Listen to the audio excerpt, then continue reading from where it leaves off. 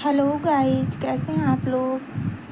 हमने प्रत्याहार विधायक सूत्र ये सब पढ़ लिया है और कौन कौन से प्रत्याहार बनते हैं ये भी जान लिया है। आज हम पढ़ेंगे प्रत्याहारों के विषय में कुछ विशेष तथ्य। तो अगर आप चैनल पर नए हैं तो चैनल सब्सक्राइब कर लीजिए।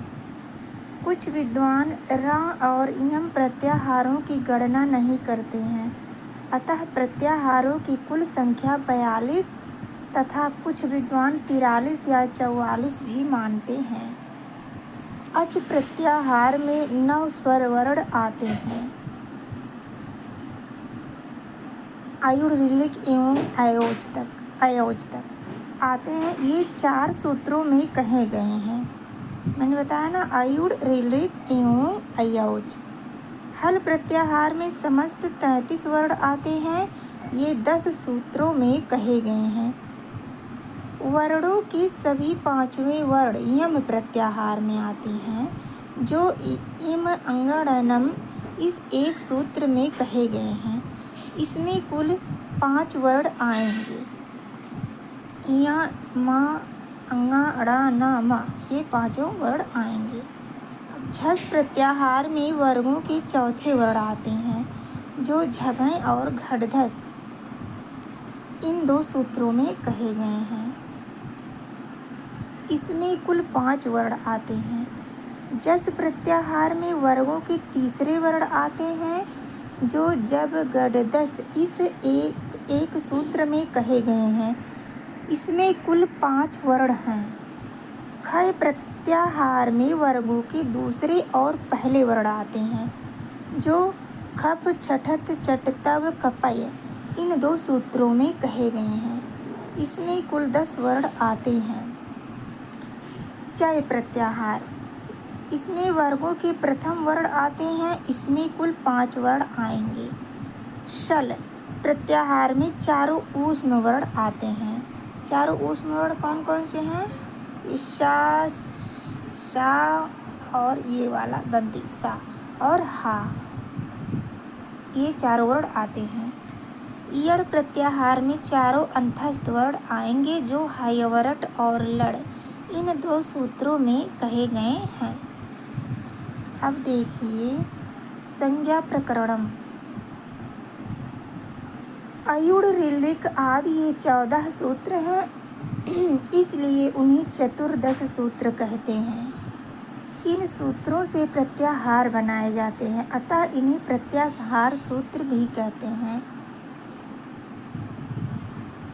भगवान शिव के डमरू से निकलकर पाणिनि को प्राप्त हुए हैं, अतः इन्हें शिव सूत्र या माहेश्वर सूत्र कहते हैं।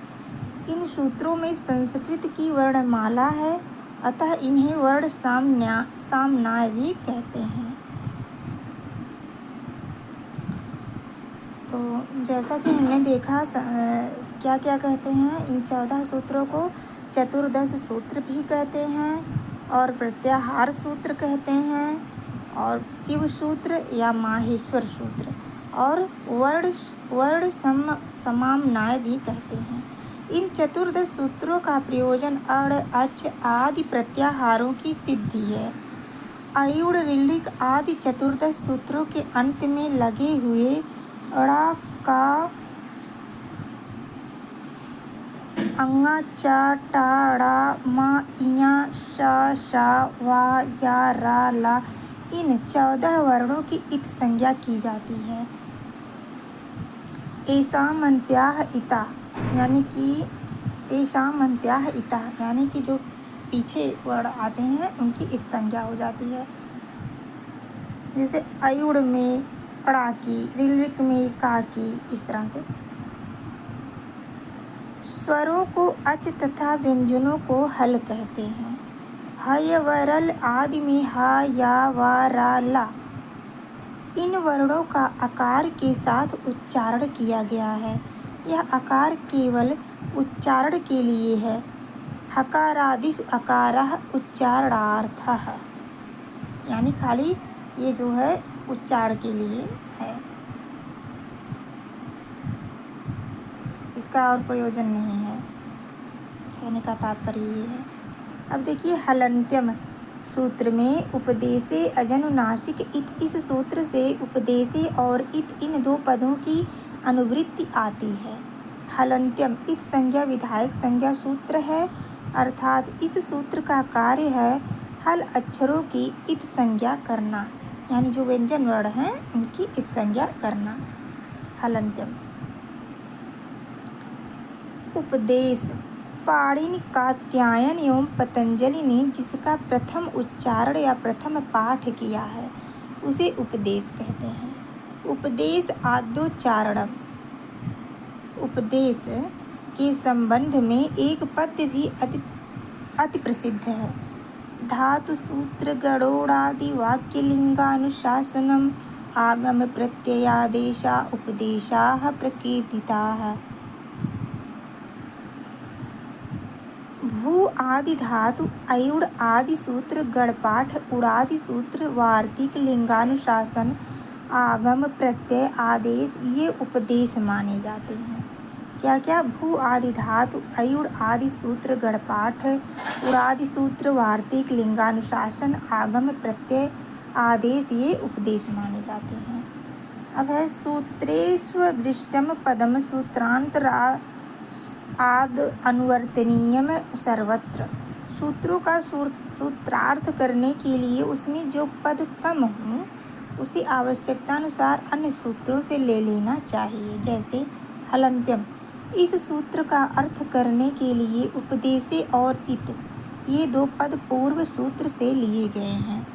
उड़ादि सूत्रों की संख्या लगभग 750 है। कात्यायन ने पाणिनि के लगभग 1500 सूत्रों के ऊपर 5000 वार्तिक लिखे हैं। कितना? 5000 वार्तिक लिखे हैं। कौन? कात्यायन ने।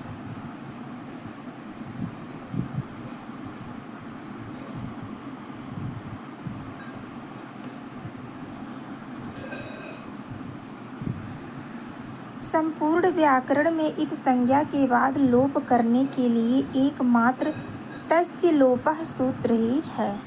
संपूर्ण व्याकरण में, ठीक है, इत संज्ञा के बाद लोप करने के लिए एकमात्र तस्य लोपः सूत्र ही है। संपूर्ण अयुड़ ऋलिक आदि 14 सूत्रों के अंत्य में जो ड़कार ककार आदि हल वर्ण लगे हुए हैं उनका प्रयोजन प्रत्याहार की सिद्धि है। अड़ादयोड़ाद्य अर्थाः। अब देखते हैं स्वरों की मात्रा। एक मात्रा भवेत् हर्षम द्विमात्रो दीर्घम उच्यते त्रिमात्रस्तु प्लुतो गेयम व्यंजनम च अर्धमात्रिकम। अर्थात आ ई उ री री इन ह्रस्व स्वरों की एक मात्रा और आ ई उ री ए ओ ऐ औ इन दीर्घ स्वरों की 2 मात्रा, प्लुत वर्णों की 3 मात्रा तथा व्यंजन वर्णों की अर्धमात्रा मानी जाती है। प्लुत वर्णों को दिखाने के लिए वर्ण के बाद 3 का अंक लिखा जाता है, जैसे ई और उसके बाद 3 इस तरह से लिखा जाएगा, तो ये प्लुत में इसकी गिनती होगी। उदात्त अनुदात्त और स्वरित को समझने के लिए वैदिक ग्रंथों में विशेष चिन्हों का प्रयोग किया गया है।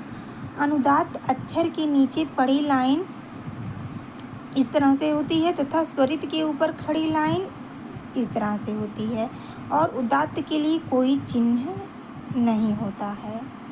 उदात्त के लिए कोई चिन्ह नहीं होता है। अब देखते हैं समास। समास को भी आज ही कवर कर लेते हैं या रहने देते हैं, समास को मैं कल कवर करूँगी। तो अगर आपको वीडियो थोड़ा सा भी पसंद आए तो प्लीज़ चैनल को सब्सक्राइब करके एक लाइक ज़रूर कर दिया कीजिए और कमेंट में ज़रूर बताइएगा कि वीडियो कैसा लगा। तब तक के लिए नमः संस्कृताय।